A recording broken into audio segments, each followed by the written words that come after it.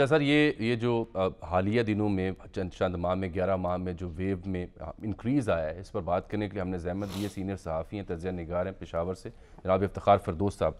दहशत गर्दी का जो मामला है उस पर गहरी नज़र इन्होंने रखी है कई बरसों से। इफ्तिखार साहब बहुत शुक्रिया। एक बार फिर पेशावर लहू लहू हुआ। शामी साहब बता रहे थे CTD की जो कैपेसिटी है पुलिस की, बिलखुसूस उन्हें टारगेट किया जाता है। नेक्टा ने भी रिपोर्ट जारी की है कि पेशावर में सिर्फ 526 वाक़यात पेश आए हैं, पुलिस को टारगेट किया जा रहा है। ये जो राइज़ है इसकी क्या वजूहात होती हैं? वज़ीर दिफा तो कह रहे हैं जी हमें अफगानिस्तान में शक पड़ता है कि वहाँ की सरजमीन इस्तेमाल होती है।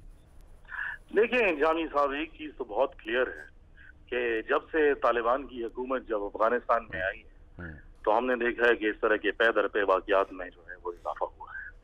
और आमिर से आपने सुन भी लिया कि ये पेशावर का रेड जोन है। पुलिस हमने देखा कि पिछले चंद माह के दौरान जो है एक इजी टारगेट है।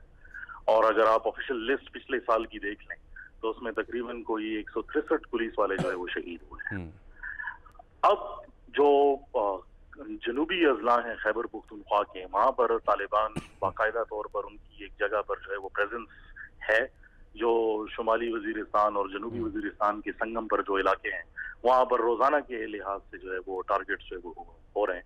लेकिन उसकी एक बड़ा जो आउटफॉल है वो यही है कि पुलिस जो है सिर्फ CTD ही नहीं बल्कि IG साहब जो हैं सूबे के, उन्होंने जब भी जनाजे अटेंड किए हैं और पिछले हफ्ते भी एक जनाजा अटेंड किया जिसमें उन्होंने मीडिया टॉक की कि हमारे पास ना फंड्स हैं ना वसाइल हैं और सिर्फ मसाइल ही मसाइल हैं। तो इन हालात में हम अकेले जो है वो मुकाबला नहीं कर सकते, बल्कि उन्होंने बार बार जो है ये अपील की। मगर आप बताएं, यहाँ तो गुज़श्ता 9 साढ़े 9 साल PTI की हुकूमत रही है, कल पुलिस को मिसाली बनाया तो क्या वो तो दावा यह था कि पुलिस को हमने मिसाली पुलिस बना दिया है। देखिए शामी साहब, आपकी बात बिल्कुल दुरुस्त, और जो PTI की हुकूमत का जो दावा था कि पुलिस को जो है वो मिसाली पुलिस बनाएंगे, तो वो एक अमन का दौर था। और आपने देखा कि 2013 तक जो मिलिट्री ऑपरेशन जो है वो हुए, उसकी वजह से जो शहरी इलाके थे उन पर दहशतगर्दी का दबाव जो है वो काफी हद दर्जे तक कम हो गया। जी। तो जो आम जो हालात होते हैं उसमें पुलिस का किरदार जो है वो अलहदा होता है और दहशतगर्दी वाली फोर्स का जो है किरदार जो है वो अलहदा होता है।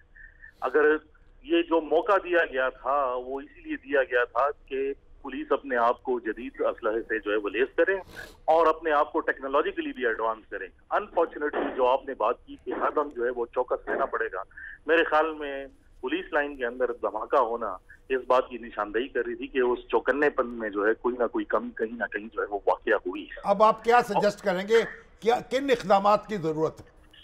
देखिए, एक तो सबसे पहले जो नेशनल लेवल पर, क्योंकि अभी भी जो पुलिस फोर्स जो अटैक्स वगैरह हो रहे थे, एक हवा चल रही थी कि मुज़ाकरात हो रहे हैं, इसलिए जो है वो इस तरह के जो है वो अटैक्स ना, काउंटर अटैक्स जो है वो ना किए जाएं जिससे दूसरी जानिब जो है वो नाराज हो जाए और मुज़ाकरात अमल जो है वो सैबोटाज हो जाए। उसके बाद हमने कोई नेशनल लेवल की पॉलिसी स्टेटमेंट देखी कि जंग दोबारा शुरू हो गई है और आप इसको जो है आप खत्म करने की कोशिश करें। मेरे ख्याल में सिर्फ सूबाई मसला नहीं है, बल्कि हमने देखा कि पॉलिटिक्स खेली गई फेडरल और प्रोविंशियल डोमेन्स के दरमियान में।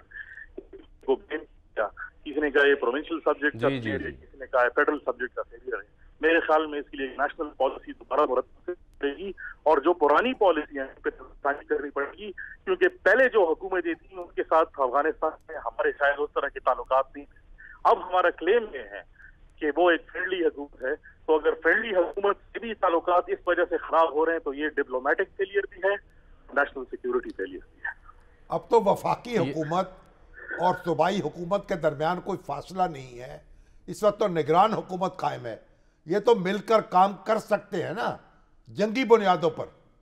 बिल्कुल जी शामी साहब, मेरी आपकी बात के साथ जो है वो 100% एग्रीमेंट है।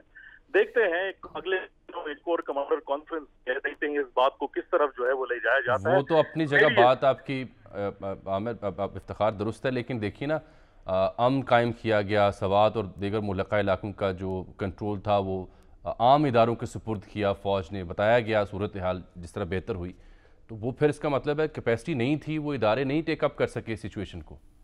देखिए, जो जंगी हालात होते हैं वो इसी तरफ में जाऊंगे जाएंगे। उस वक्त फौज की प्रेजेंस भी थी, अब जो हमारी पॉलिसी थी वो फौज की इत्तला का भी था और चीजें जो है पुलिस के हवाले करनी थी। अगर आप देखें तो उसमें फाटा रिफॉर्म्स का आंसर भी जो है वो शामिल हो जाता है, क्योंकि जिन अजला से दहशतगर्द जो है वो निकल के आ रहे हैं वो अफगानिस्तान से मुत्तसिल इलाके हैं। अगर वहां पर तो पुलिस की कैपेसिटी बिल्ड नहीं हुई और उनको काम हवाले कर दिया गया, तो मेरे ख्याल में ये सबसे बड़ी वजह है इस बात की। बहुत शुक्रिया इफ्तिखार।